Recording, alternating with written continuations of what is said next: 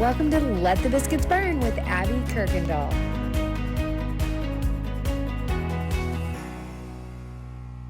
Welcome to Let the Biscuits Burn. I am Abby Kirkendall, your host, and I am so thrilled you're here with episode number 2. And we are going to be talking about all things imperfection today, because when we are focused on the perfection, we do not focus on the people. We are so consumed with everything else around our world, and we just forget about the most important part, the people. So I hope that you will get something out of this podcast, that you'll share this podcast with your friends and your family, because it is like listeners like you that help spread this message and help me reach more people. So thanks for listening today. Let's dive in.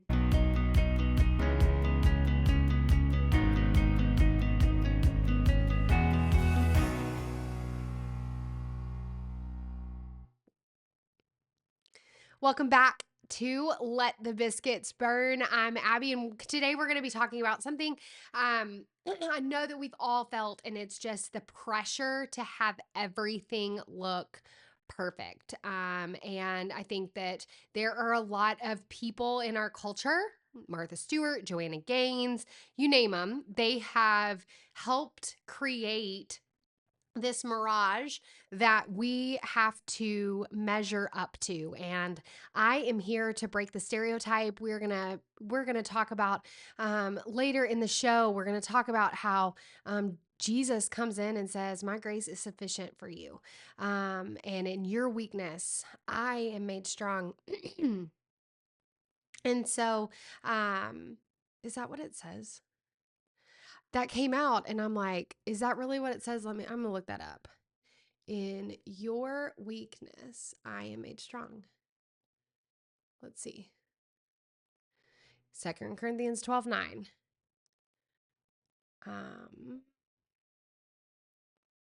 Okay, this is what it says. Bible study tool says, only in Christianity does the idea exist that someone is strongest in their lowest moments. When people are weak, if they submit to God, he can take over and use his full strength. I knew that. For some reason, it did not sound right when I read it. So anyway, or when I said it out loud. That didn't sound right. So glad we cleared that up. So let's go back to perfection. Right now in my house, I just had a baby shower at my house about a month ago. And guess what? We don't have a master or a primary suite right now. We had a leak in our bathroom, so we had to rip everything out. And subsequently, we moved out of our bedroom because they had to get in and out of it. And so now we're living in kind of our guest room, which is fine. We're making it.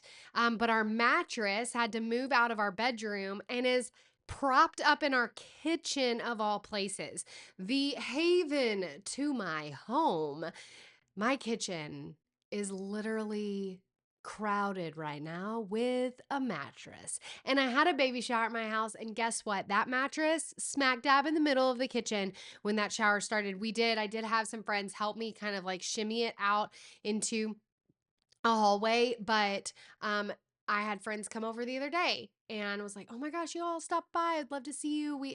I'll make some tea and stuff." And they walked in and said, "Oh my gosh, you have a mattress in your kitchen." So like literally imperfection, chaos is like swirling around my house. But the point is that today, in today's society, they say that that is taboo. We cannot be messy. We cannot be chaotic. We cannot have our ducks running all throughout the street. They have to be in a row.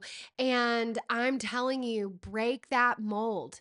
It does not have to be perfect in order for you to host or in order for you to invite people in. It doesn't have to be Pinterest worthy. It doesn't have to be completely finished in order for you to create meaningful moments with people.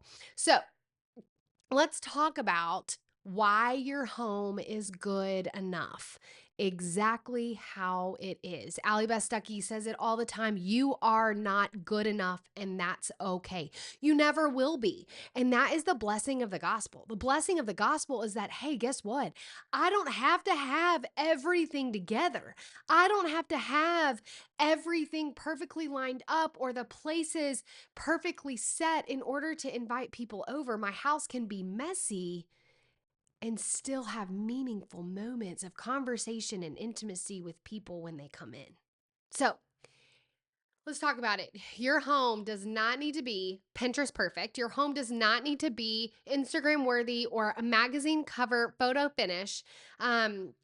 Seriously, like a mattress in the kitchen. Come on. So anyway, that's what I'm working with. And you probably have a similar story in your life, whether that's right now, it's in the past. You can think back to something where it's been like, oh my gosh, that happened to me. Or, oh my gosh, I really did. I could have invited people over. I did have capacity, but I thought that my space wasn't good enough. I thought my table was too small. I thought my furniture wasn't nice enough, or my dogs are barking all the time, or I have a newborn. I'm not inviting people over into my chaos. That is the blessing of just authentic and vulnerable conversation, and the whole point of hospitality, in my opinion.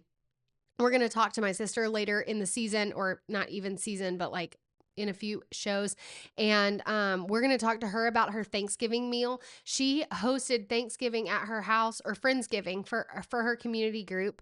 And she was 9 months, 8 months pregnant, and she was due in January. So 8 months pregnant, and she had 3 kids under 4, and she had 30 people in her home. Tell me that she was not running circles around those kids, trying to clean up and trying to get everything, um, so her friends could come over. And at the end of the day, it was like, I'm spoiling that whole show. But at the end of the day, it was like, why does this matter? It doesn't. I'm going to enjoy my time with my friends. And that is exactly how we need to look at our home. Our home is just the foundation, and we need to bring everything, the people into it in order to make those moments matter. So they, my friends coming, let's go back to gosh, lost my train of thought. Um, let's go back to the baby shower for a minute. Mattresses in the kitchen. My friends did not care. Like, it could have stayed there, and what they truly cared about was the time that we spent together, the conversations that we had, the celebration that we had with our friend. And so I think so many of us get caught up in this like comparison game of thinking about our homes, or our food, or our place settings as something that has to just measure up or compete with like Joanna Gaines. Let's take Joanna for a second. Her designs, her Instagram is so beautiful, but at the end of the day, is that attainable for the majority of us? Not necessarily. I think that we scroll and we consume ourselves with all of this content, and all that is Satan putting these things in our mind. Actually, let's do this right now. Okay, Chat GPT. Let's ask Chat, if you were the devil and you wanted to tell me something to keep me from showing hospitality in my home, what would you say? Let's see what ChatGPT says. Oof. Ha. Love ChatGPT. That's powerful and honestly really helpful way to frame it. If I were the devil and wanted to stop you from practicing hospitality, I wouldn't come at you with obvious evil. I would just whisper discouragement to make you hesitate. Here are the things that it would say. You're not ready. They will judge you. You're not enough. Hospitality is for other people. You need to protect your time, and it doesn't matter anyway. ChatGPT finishes and says, because here's the thing, the enemy doesn't need to wreck your house to wreck your hospitality. He just needs to convince you not to open the door. But Jesus says, come to me, all you are weary. He says, I stand at the door and knock. He says, love one another deeply from the heart. He says, hospitality is not about impressing people. It's about inviting them in anyway. Wow, wow, wow.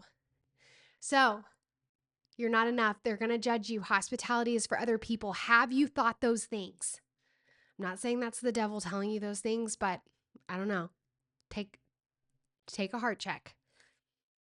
So when you feel like your home is not good enough because of something you have seen somewhere else, whether that's Instagram, whether that's Pinterest, whether that's a magazine or a TV show, you need to heart check that and say, nah, nah, nah, nah, nah. My house does not need to look like Joanna Gaines' perfectly curated farmhouse. My home is perfect to love the people that the Lord has placed in my life, because God has given me a purpose with this home, and we need to be fulfilling that purpose each and every time we get the opportunity. I mean, honestly, I have fallen for this like perfect home trap like so many times. In fact, when I was I personally love a good tablescape. I love plates. I love cups. I love putting it all together. And so, in this particular instance, for this baby shower, we were doing a tea party and it was so cute. And I was putting all the plates and everything together. And it was mentioned to me that maybe that was stressing me out. And I had to do a heart check for myself. Why was I doing this? Was I doing this for my own personal pat on the back, or was I doing this truly to serve and love someone else? And I think that's the question we kind of have to ask ourselves, because I don't necessarily think that in it's in like true form. I don't know that decorating your home or having a clean house or having a perfectly set table, those aren't inherently bad things.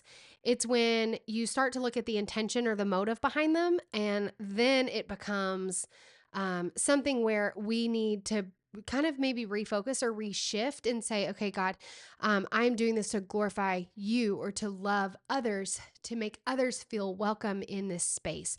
And so I want to also be cautious for you not to judge others of their spaces, to say, oh my gosh, their home is perfect all the time or whatnot. They might have help. That might be their love language. That might be their husband's love language.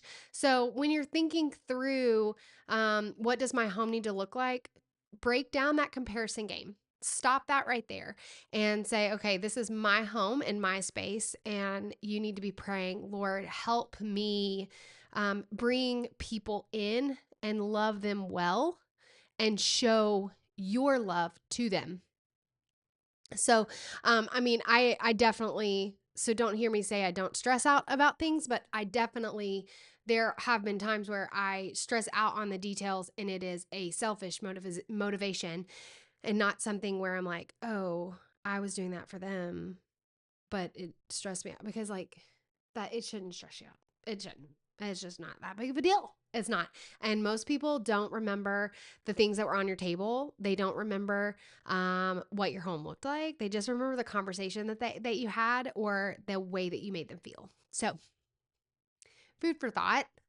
They also will not remember how good or bad your food is. Sometimes they will remember a dessert. Like, I have this weird thing about wedding cake. I will think about that. But at like a wedding, I love almond wedding cake with buttercream frosting. Anyway, gosh, tangent. Sorry.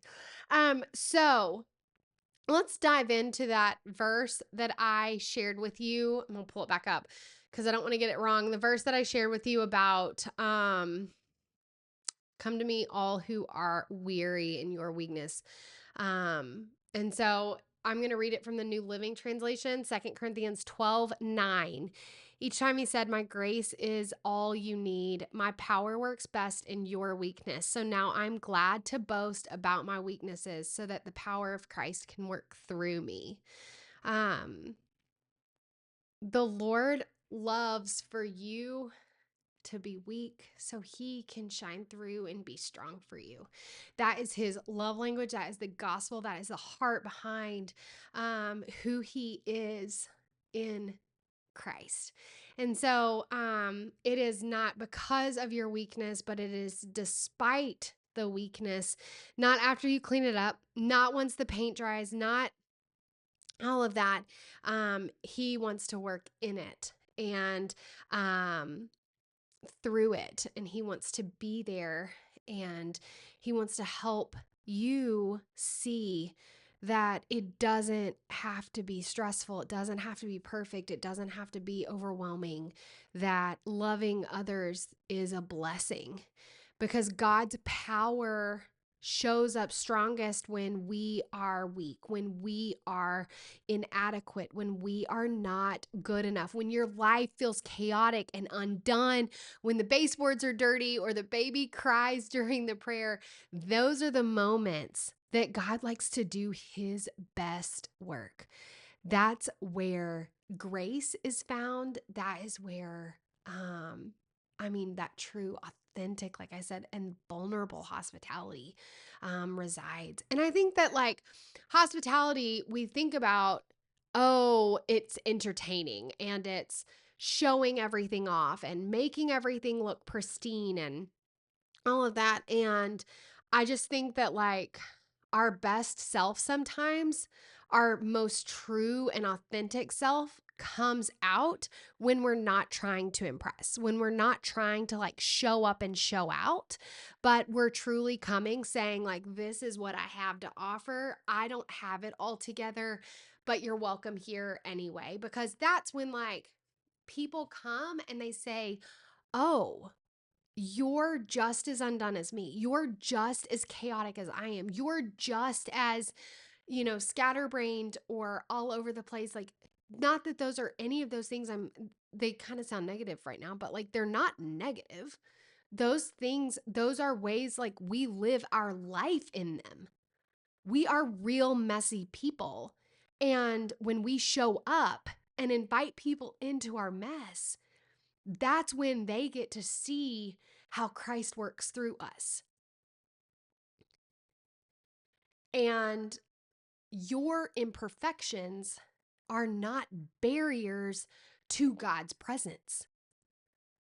They are billboards to his grace. They get to reflect and shine his glory bigger and bolder than anything else. So rest in those imperfections, rest in that, because when we do, God is able to shine through bigger and bolder and louder than we could have ever imagined. So that mattress in the kitchen, that might just be where someone encounters the kindness and the grace of God. That's why it's there, right? I mean, I would love for it to be back in the bedroom on the bed. It's a great mattress, and we spent entirely too long looking for that mattress, but for us not to be sleeping on it right now. But yeah. So anyway, I I kind of got off on a tangent, but I hope that all of that made sense. Life is messy, relationships are messy, and I think that that's okay. That's where imperfect. I mean, if you think about like the letters imperfect, it's I'm perfect, not me, but God. So in our imperfection, God says I'm perfect. And it's really a great way for us to frame ourselves when we are trying to cultivate that rhythm and help ourselves think through, how do we have a heart for hospitality? How do we show up for people on a daily basis? It doesn't have to be a big meal. It doesn't have to be a tea party, baby shower. It can be, just showing up and saying, hey, I know you're not feeling great. do you need anything? 9 times out of 10, that person's going to say, no, thanks, I'm fine. But that act of hospitality is you asking and you saying, hey, I'm here and I want to show up for you. And, gosh, when people do that, when people show care and when they want to show up for you, sometimes that is really all that matters.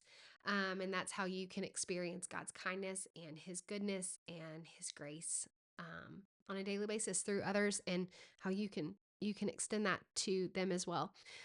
Your home does not need to be fixer-upper. It does not need to be perfect. It does not need to be something that Martha Stewart would be so proud at and would put in her magazine.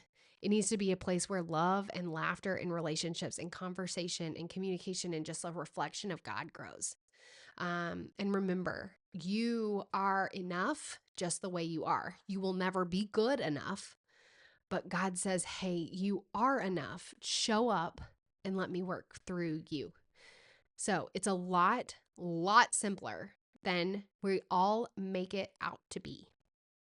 So that's what I have to say today about that. A couple of show notes of last time my husband was listening to it, and he told me that I referenced Captain Kirk with the Marvel characters, and Captain Kirk is Star Trek. So he said that all 5 of you that listened last week, if any of you are Star Trek listeners or watchers, yeah, you were probably mortified that I called Captain Kirk a Marvel character. So obviously I don't know what I'm talking about when it comes to Marvel characters and Star Trek. Your AI, oh my gosh, I don't have an AI hack for you today. I'm so sorry. But I will give you a little hint, tidbit, little secret sneak peek. I created a hospitality handbook in my cookbook. In the living table, in the very front, there is a hosting handbook. It's very cool. It has like a lot of like really fun, interesting things in it. Well, in this next book, Let the Biscuits Burn, we took the hosting handbook up a notch and we made it AI. And it's not in the book. It is a handbook that you get when you pre-order your book.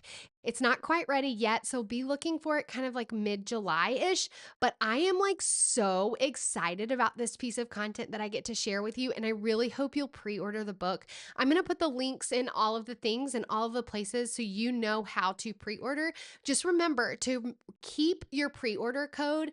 You can always go back and look it up, especially if you're ordering from like Walmart or Amazon.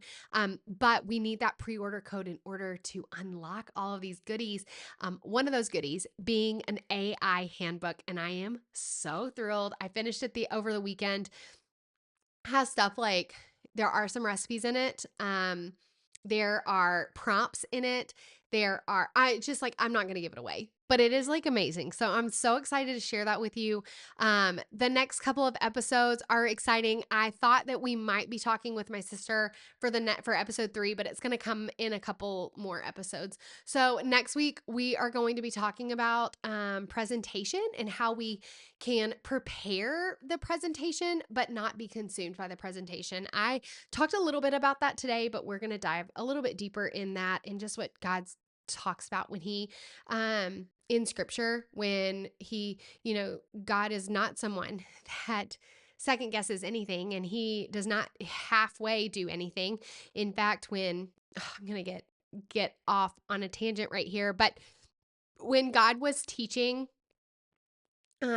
Moses and Bezalel to how to make the first table, he like wanted to outline it in gold, and he wanted like gold plates and gold silverware and gold chalices on it. And so like that is something that, one is so cool that God thought about that, but he is in the details. And when he talks about the feast in Revelation, it's not going to be some like Chick-fil-A to-go meal. It is going to be a feast. I mean, it is going to be over the top. I'm sure there are going to be like so many flowers and lights and candles, and the tablecloths are going to be beautiful. And he's just no stone unturned. So he's not a God that does not appreciate presentation, but he is a God that values people over the presentation. So we're just going to like dive into that and talk through that and just kind of how we can prepare our hearts, because a lot of hospitality is in the preparation and not so much after you make the invite. So I want to rest there for a minute. But anyway, thank you so much for joining us today. I'm so excited